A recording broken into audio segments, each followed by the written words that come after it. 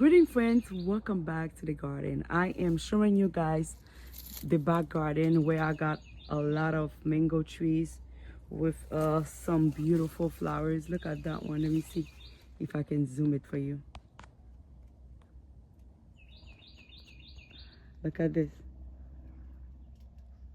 There's beautiful flowers here, and I have a lot of cotton here, and also I got some like mango flowers or drying out because I'm out every day. I work every day and it's a lot of hours, and yes, this is what I have to do. But guys, the mango, I'm not complaining because I know one of those mango was give me mangoes, but I have a lot of dry little mangoes this year. That's what I'm trying hard to keep them watering.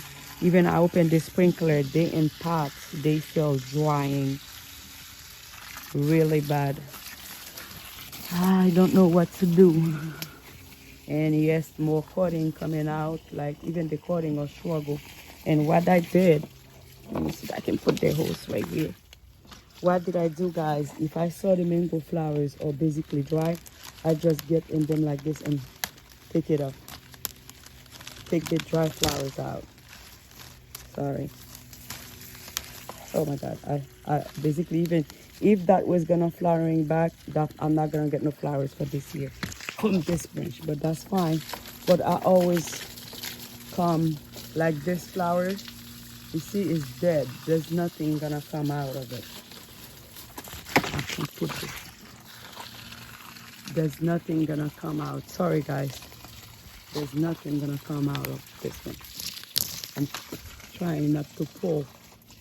Some of them have little mangoes, you see? Those ones, I don't want to pull them out. They got little mangoes on them. But I need to come out to remove all those dry flowers. They will have some chance to push out more flowers. But if I don't remove those dead flowers, they will think they can produce mangoes. Like, look at those ones. Those ones, I don't have to remove them because they got little tiny mangoes. Since they unpot, they dry. Guys, sorry for the moving because I'm using one hand to do everything. Thank you guys. I was supposed to be at the flea market, but they can't do it. But I'm going. I'm still going.